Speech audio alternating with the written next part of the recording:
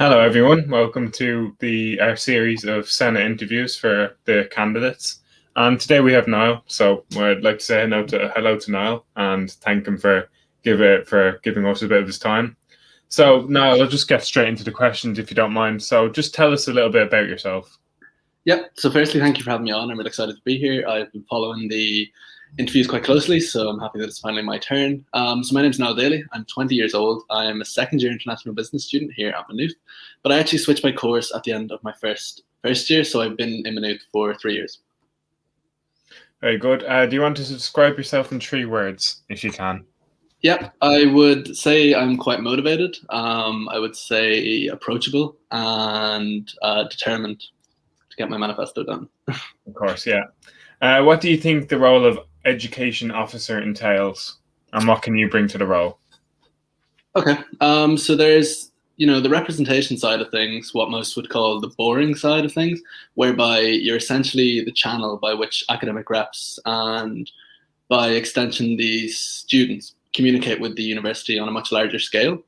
There's the likes of the governing authority, academic programs committee, which are all really big and quite interesting to me anyway, committees within the university, which the VP-Ed sits on and represents our students and our union on. The VP-Ed usually presumptively is named the deputy president as well, because you sit on most of the same committees as the president. So there's quite a big hand in the overall day-to-day work of the union. But to me, it's kind of more than that. It's about being visible to students. It's about promotion of educational policy, which isn't, the most interesting, but presenting it in a way that gets students interested. Collaborating with other officers on issues that wouldn't traditionally be considered educational. I'm of the belief that any issue which prohibits educational advancement is an education officer issue, be it gender, sexuality, race, which would usually be considered welfare issues, or whatever else, because, I think that's sometimes forgotten, and I'm quite excited to work on these things if I get elected.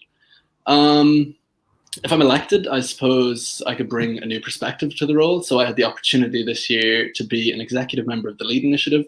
And it was only really this year when I stepped out of what we call the SU bubble did I see the flaws in our system, which I've tried to tackle in my manifesto. And I have a very diverse range of experience, you could say, which I could utilize in the role of Vice President for Education. Do you want to go deeper into that experience that you have? Yep, so it will be quite deep, I warn you. I've been an academic rep for 2 years. I sat on the academic rep council for a year. I have been a student senator for 2 years. I've been the deputy chairperson of the student senate for a year. I've sat on the executive oversight and accountability committee and was the deputy chairperson of that committee. I'm currently on the commercial activities feedback committee of the union, and I'm the deputy chairperson of that committee. I've been a student supporter and an orientation leader. I'm the current student coordinator for the MH404 business degree program. I've been heavily involved with the Enhancing Digital Teaching and Learning program. I've been in 2 separate university feedback initiatives, the summer program for undergraduate research. I've done quite a bit within both the union and the university. It's pretty deep, yeah. Okay, so just tell us how your campaign's been going and if there's been any highlights or struggles within that. Okay, yeah. So for those of you who don't know, my campaign is focused on 7 educational areas, which I would like to improve. These are accessibility, student engagement, academic reps, Irish language, gender identity, campaigns, and class representatives. And I picked these specifically because, I recognize these as areas in which we can do better. I researched each point with a number of different students relevant to each, and I've spoken to 4 previous vice presidents for education about my manifesto. The full breakdown of all of this is available on my Instagram and my Facebook page at Daly for Education. I think there's a bit too much to be going into, I suppose, specifics. I think it's more than achievable, though, if I set my mind to it. It's obviously quite interesting to be campaigning online. This is my 3rd March election in the SU, and obviously first, which is completely online. It's really hard to know how to feel about it. If you thought there wasn't like a recipe for SU elections before, that's all out the window now. It really is anyone's game. No previous elections like this, it really is impossible to gauge just how people are doing, but I think every candidate is doing a brilliant job at adapting to the new environment. I've been really happy with how it's gone so far. I've used, TikToks, I've used my Instagram page, my Facebook, and I'm getting pretty good engagement, so I'm quite happy with it, I would say. Brilliant. And the final serious question of this interview, what does this position mean to you? Okay. So yeah, if I was, Yeah, so I knew since my first year that I was going to run for this position, but I never thought that it would be in my second year. I actually started planning a campaign for a completely different position, but I decided to kind of take the plunge and run for this position this year. And since making that decision, I've been so much happier in running. I want more than anything to be in a position where I can do what I love and what I'm passionate about full time. I love what I do and want to continue it. And I'm obviously asking for everyone's number one vote. I want to be able to use my voice to stand up for those who can't. Over the last few years, I've really dedicated myself to student representation. And if I get this role, that really will just be the cherry on top for me, I suppose. I can't think of anything better than doing this as a full-time thing. And I plan to use every minute in office to campaign for students, using my social medias, all these different things. So I'm quite, that's that. Yeah, brilliant. You've definitely gotten a lot of support in the comments, which is always great to see. We love engagement, and I'm sure you do too. Indeed. So we're going to just move on to the quickfire questions, which are certainly less serious in tone and definitely don't have any politics in them. So first of all, tea or coffee? I actually got a lot of hate for this last week, but I'm certainly a coffee man. I don't even drink tea. So. And what's your go-to with the coffee? Oh, like whatever is in my cupboard. I don't have a specific one that I go for. I quite like the lower, but that's quite expensive when I'm a student. So fair enough. Yeah, of course. If not student life, cats or dogs? I'd probably say dogs. Like it's interesting because I have definitely cats have been growing on me recently, but I think dogs are nicer. I just think I feel like every cat's kind of about to get you. Does that make sense? Yeah, no, I get that a lot, yeah. What's your favorite TV show? So at the moment, I would say it obviously just finished this morning, WandaVision. It's been really good.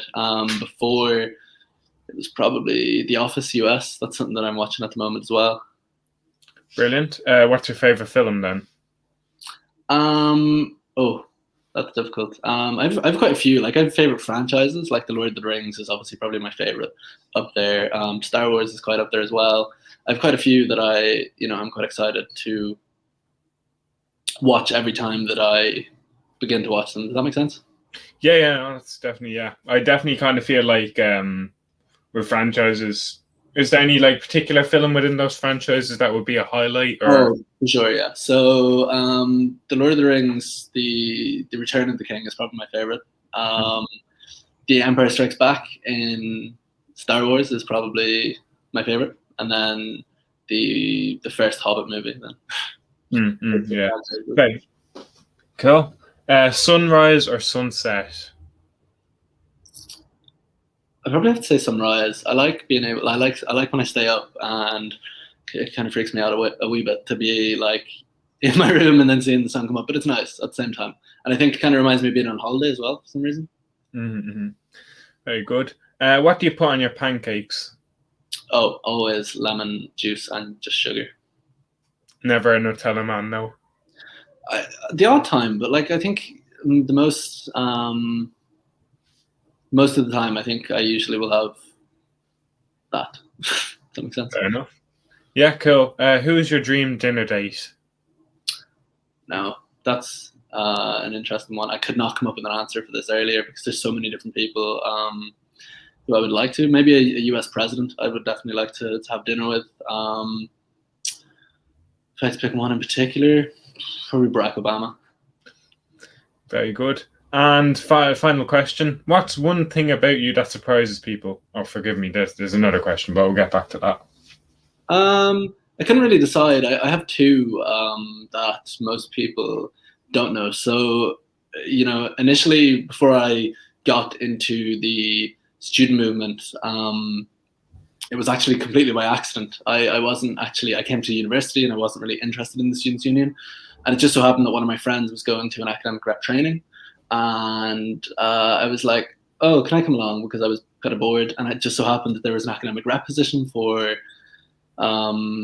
economics open, which was obviously what I was studying in my first year before I switched. And then, the vice president for education at the time was like, come along. And then she started speaking and I was really interested, and it just really kind of unleashed a passion inside of me, I suppose.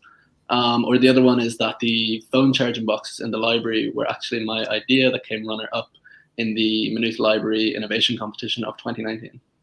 No, so you have Niall to thank for charging your phone when it's dead in the library, I guess. Fair play to you. And final question, what is your favourite memory at Maynooth so far?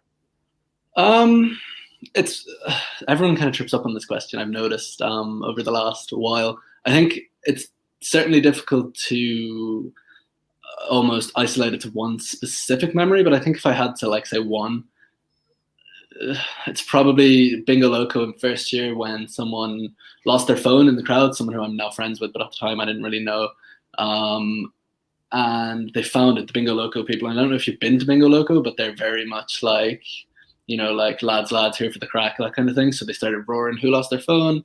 Your man went up, and they literally put on Shakira, Hips Don't Lie, and they made him dance on the stage to at least half the song before they decided that they were going to give him his phone back, which is just hilarious.